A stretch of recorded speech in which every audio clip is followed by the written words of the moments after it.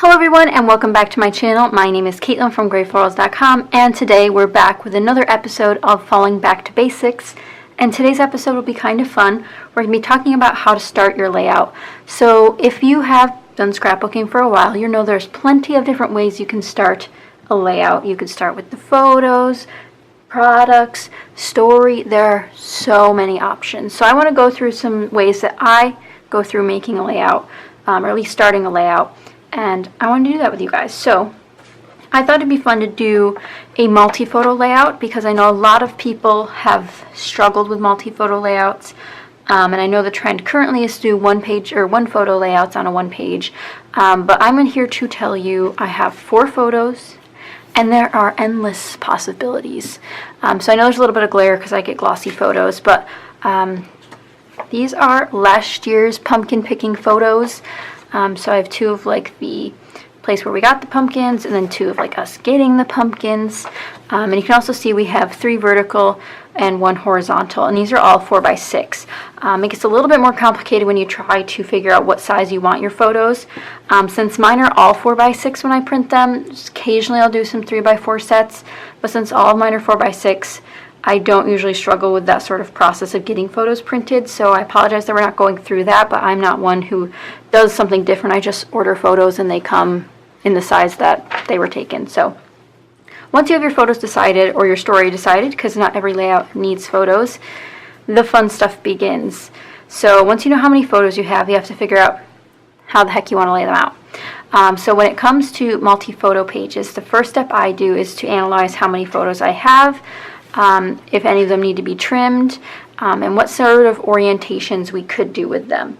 So I'm going to grab a 12 by 12 piece of paper just so we can have that for, measuring, so you guys can tell what's kind of going on, what can fit, what are the potential options. So since we have 3 vertical 4x6s, they could fit across here, and then we have this one, which could either layer over them or we could fit it all. These could all fit on one layout. Easy peasy. It'd be a relatively simple layout. I almost would treat it like a pocket page, where also these photos do not, this paper is longer than 12 inches. Anyway, I would treat this sort of like a pocket page layout. 4x6 card here would be the title, some light embellishing on top of the photos, maybe like a washi tape strip, nothing too crazy. And I'd also probably want to change the arrangement. And if your story has a long, you'll have a lot of journaling to go with it, automatically just switch to a 2-page. It really depends on your journaling style and what you like on your layouts. But when I see 4 photos, I usually think double page. So while you can play around with different ideas, let me grab the other sheet here so we can do some comparing. But while you are thinking of all of these ideas, you also want to remember that not to glue anything down right away, because obviously you can change your mind. Do I have both of them? I thought I had 2 of the same color out, but it looks like I must have moved one, so I'll just grab this one. Okay, so we have a left one and a right one. Now, if I'm being honest, a majority of my pages are left heavy, more so than right heavy. So they're just heavily weighted on the left. The title either goes on the left or more photos go on the left. When I'm faced with several 4x6 photos and I'm feeling uninspired or just not wanting to, come up with my own idea, the first thing I'll do is turn towards a sketch. Now, I never follow sketches to a T. There are hundreds of free sketches out there. I love the page map ones. They give you sizes of the photos that you can fit on the page with these designs, and you can go over to Page Maps online and go print these out yourself. I also release my own sketches over on my Patreon, so you guys can go check that out. I think we're to 30 sketches now, and it's been a year on Patreon, so that's a lot of sketches for that time. But I've released a bunch of sketches over there, and there are so many places you guys can get sketches. If you just go to Pinterest and type in sketch, scrapbook sketch, you'll get so many, and you could put in double pages, so like here's a double page. And I really, really like this idea for the photos that I have, but you'll also notice that this calls for 2 square photos and 2 vertical photos. Don't let that stop you. Take the idea that here, I'll give a little zoomed up version, but take the idea that you have and make it work for your photos. Maybe I could cut some of these into squares. This one wouldn't exactly fit into a square, but it'd fit into a smaller rectangle if I wanted. This one would not fit into a square very well. I'd cut out a lot of the cute pumpkins. This one could be a square. And then this one's kind of odd. If you print out photos and you feel like you don't want to scrapbook them, just don't. You don't have to waste your time just because you printed it to scrapbook it. But if you have a good photo process, you won't have those extra photos floating around like I do, because I have a very poor photo process. But again, if you don't feel like rearranging your photos a million times, turn towards the sketch to get the basic layout of the photos that you want. So in this case, the title would be on the right-hand side, right across the bridge between the two pages. So that sort of means it'd be something, actually I'd probably switch some of these. I'd probably put them like this. So there's still two photos on each side of the sketch like it shows, but since I have one horizontal, I can't put these all the way over here. They kind of have to be butt up towards the edge, only because I'm going to run out of room if I make an awkward thing here. So the journaling's supposed to go here, so I'm going to butt this up against the edge, and then a journaling block would go here along with the title according to the sketch. So following a sketch is super easy. You don't have to follow to a T. You can change anything you want. I will say when you're following double page sketches to be sure that you're aligning your photos all the way across, because I know sometimes if you're laying something down over here, say I glued this side down first, and then I did a cute embellishment cluster right here, and then I can't put my photos at the same eye line as the ones that I'd already glued down. It's just something you got to keep in mind when you're doing it. Of course, this sketch, since these photos are smaller, they're kind of just 2/3 of the way up on the 4x6 photos eye level, but so many different ideas online, and I know it can be very, very overwhelming to even just pick out a design for your photos, but there are infinite numbers of sources and infinite number of options that you can do on your pages. Like I just showed you that one. I have a bazillion more sketches printed out in my sketchbook that I keep them all in.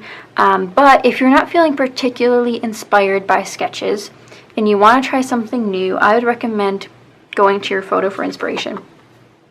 Now, I think a lot of people think they create layouts that they love, but they don't know how they got that to that design. They don't understand how they decided to put something where, but it's a lot about what's in the photos. So if we go through a little art lesson here, this photo here would be considered a leading line photo. Now I know it's dark because there's this giant shadow in the photo, but here you have palettes lined up, and here you have palettes lined up. And if you notice, they're going like this. And they're kind of creating your eye to go down the aisleway, and then there at the end is the flowers. So this would be a leading line photo in which the eye naturally goes up the photo. It's darker down here and goes towards the light. There's like a more weight to this side of the photo. So this kind of photo can really, like if we did this as a one page, say this was the only photo you got at the pumpkin patch, you could take it. It could be a centerized design with your title up here. It could even overlap since you don't need those trees. It could be all the way at the bottom with a stacked, 6x6 paper scraps. And then really, don't think I would ever put it on this side of the paper. But that doesn't mean you can't, because you see photos differently than I do. I'm going off the leading line principle in that this kind of leads your eye off the page if you keep with the diagonal that it's at. So I would more likely put it on the right-hand side where it leads it at least inward, not outward. But since we might be doing a double page, this one can go on the right-hand side because there'll be another page to go to via the leading line. So if you kind of just drew a line through the center here, it kind of goes straight up for the most part, but there are some that go off vertically as well. Now, a lot of these other photos in this example do have a lot of lines. This one too has this sort of leading line. You want to read these words, and naturally your eye will come down this way because that's how you read, left to right. So that means you're coming down this way. You see what I mean? So this, if I were to just have, for example, these two on a page, which could be cute, I would put this one on the left-hand side because it's drawing every attention this way. Then the title could go down here, and this leading line would lead you right to the title. And this sort of goes along the same lines and visual principles as the visual triangle. You just need to look for these visual cues in your photos that will help you develop your own designs and layout pages. So one thing you could also do is, I'm just going to turn this one for another example. So pretend it doesn't look like that.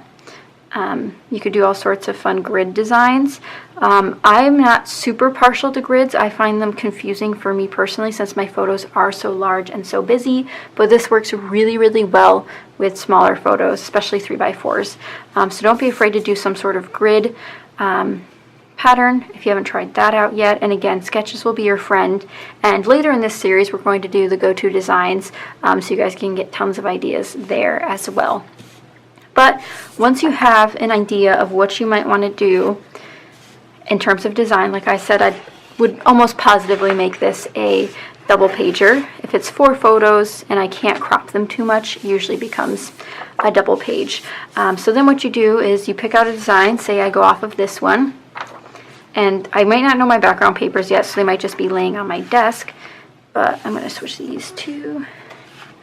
So this is some sort of design I want to go for.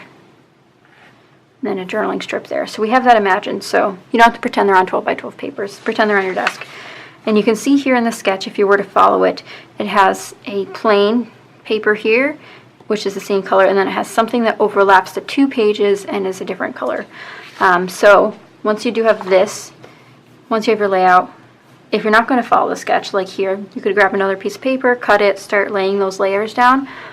But if you want to do something different, you just needed help with the photo placement, then the situation comes, what do I do next? Generally, you'd pick out your background papers first.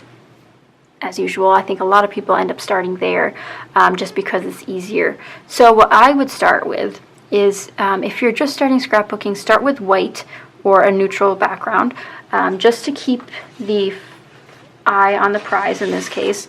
So if we had a neutral background, which I know this isn't white, but I don't have any in this kit, and let me tuck the rest of these out of the way. If you were to want to pick out a color scheme for these, this one's a little obvious of a choice for this kind of lesson, but if you wanted to pick out a color for these photos, initially you'd think orange. But if you really want the orange to pop, maybe you should select something else. So here there's a lot of cool tone colors, and I know that a lot of fall pages do not have a lot of cool tone colors, but I could see a nice blue and orange theme on this page, or a blue and red theme. It really depends on your color choices, but once you look at your photos, orange is a great identifier. If you want this to pop, put orange accents around your page. But when it comes to background papers, I usually like to go for something neutral or something bold. And here's the reasoning. When you're doing your pages, we often forget that the photos don't often actually touch the background paper, because you usually do photo layers, you'll do embellishing, you'll put other papers around here like they do in the sketch. None of these, actually it looks like this photo is the only one that touches the background, but for the most part none of them touch the background paper. They have other layers in between that make it so they do not. Depends on your design that you chose, but when you think about it, which colors need to be next to the photo to help the photo pop? So in this case, this light brown helps a lot because these are cooler tones mixed with the warmer tones, and this is quite a natural tone, so it really helps neutralize that cool and warm balance in these photos.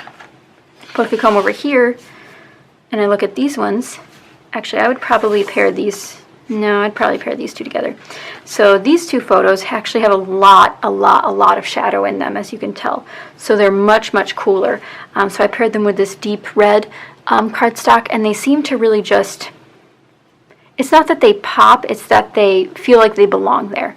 Now that's not to say that they don't belong on the craft cardstock, because they certainly do. It looks just as fine.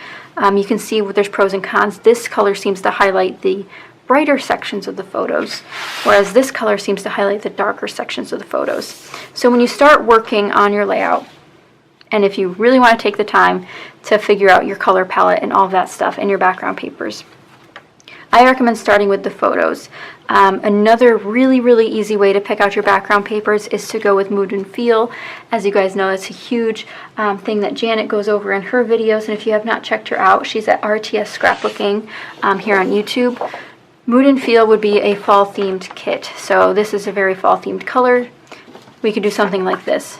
Now, personally, this looks very busy next to these photos, and I think a lot of people are hesitant to use busy backgrounds because they often forget that they would eventually grab a neutral and put that around the photo. So you can kind of see if this was a half and half layout, which is very hard to depict without cutting anything. So let me grab another one. We'll do this one. since it's less than 12 by 12. So if you do a busy pattern on one half of your layout, and then you put the photos up here, even if they were all the way on the neutral, you don't have to have a full crazy background because you're going to have those layered pieces that help neutralize the busyness. But when we start building our layouts, we often pick something that's neutral as the background instead of busy, depending on your style and taste, of course, because it's easier to build in the busy than to take away the busy. But I would say don't be afraid of these busy patterns. I personally find this one very, very, very busy, which is why I put it in my kit for the other side. But I wouldn't mind using this paper for these photos. Like I said, I do want a double page layout, and I only have one of these. So what I could do is cut this paper in half, put a 6-inch strip across both sides of my paper. Because if you guys didn't notice, this beautiful orange shade here matches almost identically to this pattern paper. So imagine half of this and half of this. That would be so, so pretty, and then a piece of washi tape across to seal the deal. We might just have to do that. And I will be doing the process video for this page over on my Patreon, but I'll post the final pictures over on my blog so you guys can see how it turns out, because it'll go up after this episode's already up. So you'll have to check back on my blog in a couple of days for this final product. But I do plan on using all of these beautiful things that I have available to me. I am leaning towards these two, and I do have more papers of this orange. And I just can't believe I've already lost a whole page of it. I must have already used it. I have made some projects, some cards and stuff, which you guys haven't seen yet, but you will. So I think I'm leaning towards these two here to start off my layout. Now, one thing we haven't addressed, which we need to regroup for. If you don't have photos in mind to scrapbook, say you have a whole stack of photos, and you're not sure which ones to scrapbook, you won't start with your photos for a layout. Some people don't start with photos or a story. They start with their products. I know a lot of great YouTubers are going on spending freezes right now, and that's perfectly fine. We're trying to use our supplies, of course. I don't think I've purchased anything in quite a bit, at least a month I'd say, which is pretty good, and I'm thinking about doing a spending freeze, but as long as I'm using stuff, I'm okay with spending some stuff, or some money. So, let's see. If I looked at my kit and I wanted to pick out something I was excited to use, I think I would pick out these. So if we start with one item, just one. It could be one punch out, it could be one die cut, it could be one alphabet, it could be one stamp. For me, it's this washi tape set from Freckled Fawn, which I think is the cutest color scheme. I love this like muted tangerine color and this beautiful peachy salmon color. I just think it's such a pretty color scheme. Now, normally when I start with one product, it's hard to find photos that associate with these, but I'm going to grab a photo set and show you guys how you can kind of pick and choose from the items you have, and I'll grab some other examples too.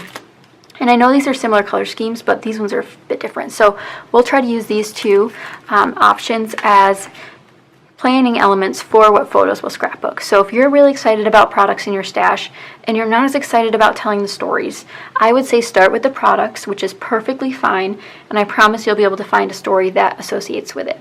So let me grab my photos and I'll show you guys some examples. So I have my stack of photos and we're jumping right in. This is how they came to me from Shutterfly. That's just where I happen to got my photos from recently. But I have tons of different topics and subjects in here. And I want to kind of go how I would, pick a product that I want to use, whether it's a new kit that I'm trying to find photos for, or if it's just a one-off photo. But this picture right here has this pop of orange. That's the first thing I notice when I see this photo. Then I remember it's a hockey game. Now, hockey game associates blues, associates cold, it associates whatever the color of the teams are, which happens to be orange in this case. But if you look at the photo minus the story, there's orange on my shirt and there's a lot of neutrals, which means this is a very, very easy photo to contribute to a lot of different color schemes. But if you look at the photo, again, ignoring that it's at a hockey game, we can see these two would be perfect. Fun times right now. I get both of those from this photo. Leaves, this would work great. Pop of orange, pop of orange. The grid feels nice next to all these like cable knit sweater patterns. The stars, very good. Neutral, very neutral item. If we go on to these products, again, this is just an example. You can do this with die cuts, you can do this with washi tape, you can do this with anything that you have in your stash. With these ones, obviously most of them are cameras, but you can see how this one would work beautifully because there's room right here in between us to say something. So kind of looking for those opportunities to use things that you either struggle with or that you love. That's what we're looking for in our photos. Usually the story comes first, and I agree, that's how I usually scrapbook. Story comes first, then we work on the details of what colors match to help tell the story. But in this case, you could do something like that. Now, if this was a hockey game, I'd probably focus on the blues and teals. This right now would probably come with me. But since it's a collegiate hockey game and our team was orange, this is the one I'd end up choosing, or this one. So many different ways to go with one photo, guys. I cannot stress this enough. If you and your family member both scrapbook and you have the exact same photo, you'll get vastly different layouts, and that's exactly how it should be. Everyone has their own taste and everyone has their own ideas. So that was example number 1. Now let's see what else we can find in here. Try to find something a little bit harder to scrapbook, maybe. And again, these would help spark other elements. Okay, so here's one. Now I picked this one because I thought the initial color scheme, this looks like spring to me. I don't know if you can tell, but it's bright green grass and the yellow daffodils in the background, I believe. Very, very spring. Was this taken in the spring? Yes, this was taken in the spring, so it gives that vibe. Now I have a fall set of items and then I have a neutral set of items, but both are easily usable for this page. To be honest, there's also a little peak of blue here, right from the sun, and I do apologize for the glare, guys. I need to readjust my lights, but in this instance, green, yellow, blue, very spring color scheme. But if we were to take, actually these would work well, this yellow would work well, this actually would work well as, like, can you imagine the dog saying, "Oh snap"? Wouldn't that be precious? Any of these would work. I did pick a very generic item to include, but this one's themed. We're going to keep going with it.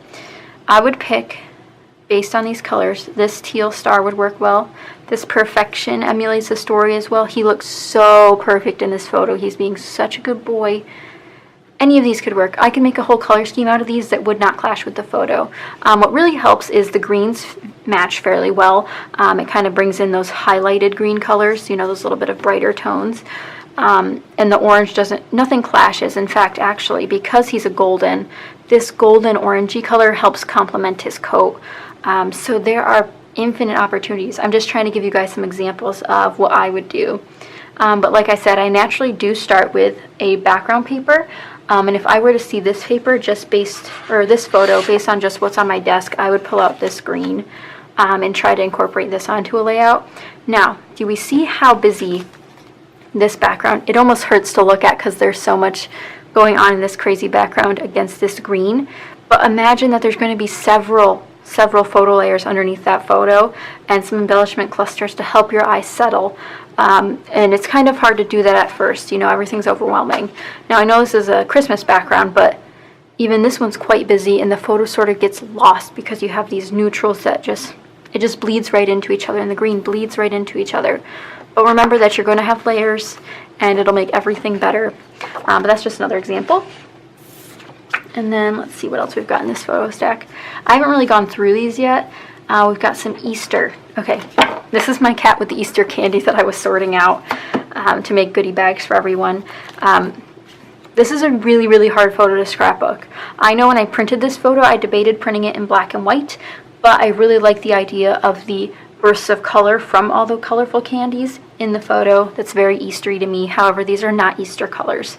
Whereas some people might try to scrapbook this in pastels, I would avoid that at all costs because I really don't think it'll work for the taste of my scrapbook pages. But it's totally possible. Anything's possible.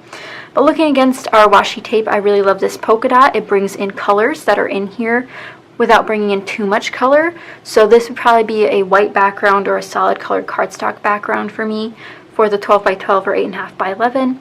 But this one in particular also gives off vibes of candy. So if you think of little gumdrops or jelly beans, little polka dots of bright colors is sort of what candy is. And of course the cameras still match.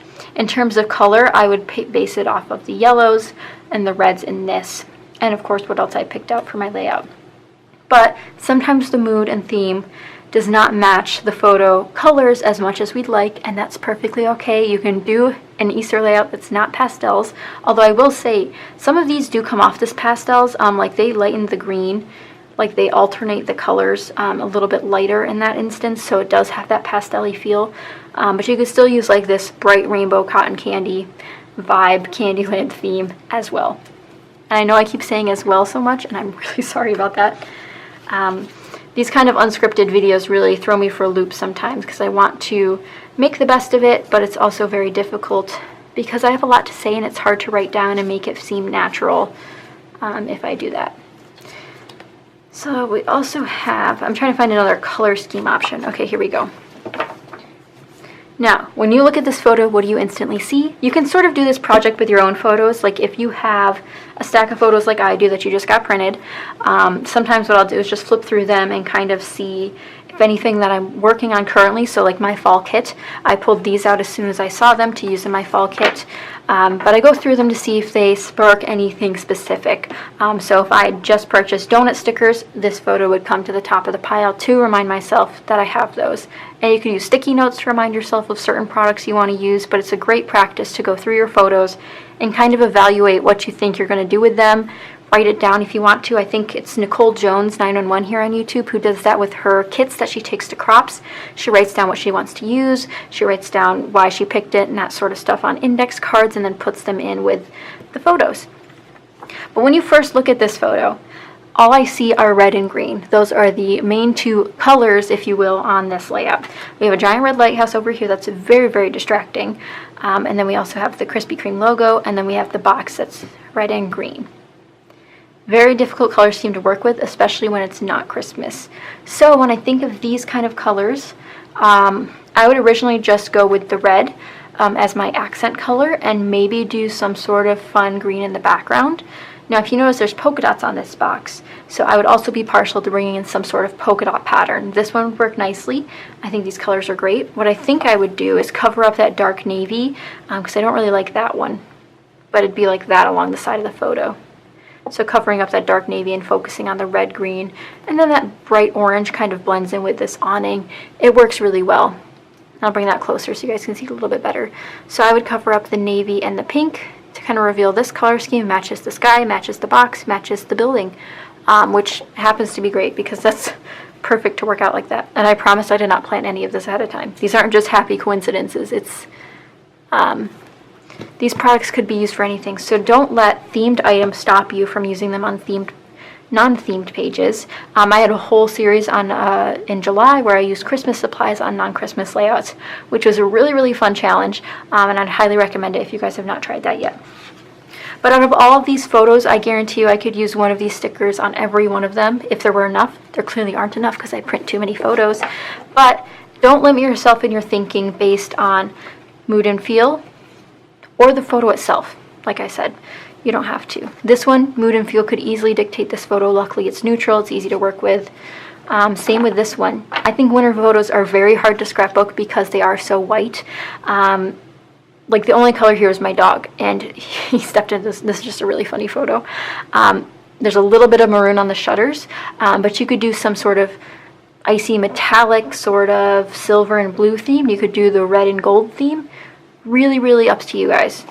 There are so many different things. This is when I donated my hair. Lots of fun memories to be scrapbooked, which you guys will be seeing soon. And like I said, I pulled out those pumpkin ones when I was looking through these and knew I had to use them immediately because of the current kit that I have. But there's always an opportunity for your photos to be paired with something unexpected that could work wonders for your layout. And you can do this with any products, any photos. I would recommend trying it out if you haven't already to sort of test your color skills. If you're drawing to something over and over and over again, just make a note of it that you love that shade of blue, or you love doing layouts that have that shade of blue or pink or red, or you really enjoy using diagonal stripes with certain photos, or you find that you're doing the same design over and over and over again. It's probably because that's what you love, and that's fine. You don't have to be frustrated with trying to do different things if that's not what you want to do. But if you do want to do different things, I recommend pulling out one thing from your stash: stickers, ephemera set, punch, whatever, and try to use it on as many layouts as you can. Maybe just going through as this practice. Like I showed you guys that all 4 of these photos could work with this washi sheet. Heck, even this one could. I definitely could use that. Of course, 3 of them are animals, but they're still vastly different in subjects and when they were taken. So keep that in mind. Everything's versatile in one way or another, even Christmas supplies, which was very, very difficult, but it is possible, and you just have to think outside the box sometimes. But I hope you guys enjoyed this video on, starting a layout, where to start, how to not be frustrated with yourself. If you're doing something over and over again, give yourself a test. Sit down with something that you love, that you're really excited to use, and try to pair as many photos with it as possible. You don't have to have a whole drawn out layout. If you could picture this, working with this, that's an A+ in my book. The more photos you can do, the better. We could probably have gone through this whole stack. Bright yellow, works well. This is the same day. Okay, dog photos, cat photos always work, guys. I can use any color scheme with these cuties. But it's a really, really great test if you guys haven't tried it out yet. Sit down with your photos, even if you're just with your family in the living room, or if you're doing a road trip and you're in the passenger seat. Grab one thing that you love, maybe an ephemera pack, maybe if it's a really themed ephemera pack. Just start flipping through your photos and pairing them together. That'll work really, really well in the long run and sort of jumpstart your layout next time you come see that photo. You'll be like, wait, I remember that'll go with this. And hopefully that's where the magic happens. And I don't say I do this every often. It's just when I'm flipping through my photos, I'm pretty good with knowing what's in my stash. So I'll be like, oh, I have a stamp set now that has a pair of scissors in it, and this is when I got my hair cut. That's what I think of as soon as I saw these. I forgot, I haven't even used that stamp set yet. I have that cat paper that I just put in my kit for this month that's orange and black and white. Perfect for this photo. It'll go on and on and on, and it's actually a really, really fun game to try to think of something you can use on every one of these photos, either if it's from a set or if you're not in your scrap room, and you have to try to identify what you can use on that photo without being here. I think that's always fun too. But I hope you guys enjoyed this photo. Don't forget to head over to Patreon if you want to see this layout in action. It'll be a real-time process video, and I'll also have the final one up on my blog in a week or so, so you guys can see it there. I just have to take photos of it and all that jazz. But thank you guys so much for watching. I'm so glad you're excited for this series. And again, the go-to designs will be coming. I'm just kind of getting the basics out of the way, so when we do those videos, we're just diving into the designs, so we don't have to go through how did I get these color schemes, etc. But if you have any suggestions for videos in this series, please leave them down below in the comments, and I'd be happy to reply and hopefully include them in one of my next videos. But thank you guys again so much for watching, and I'll see you guys next time. Bye!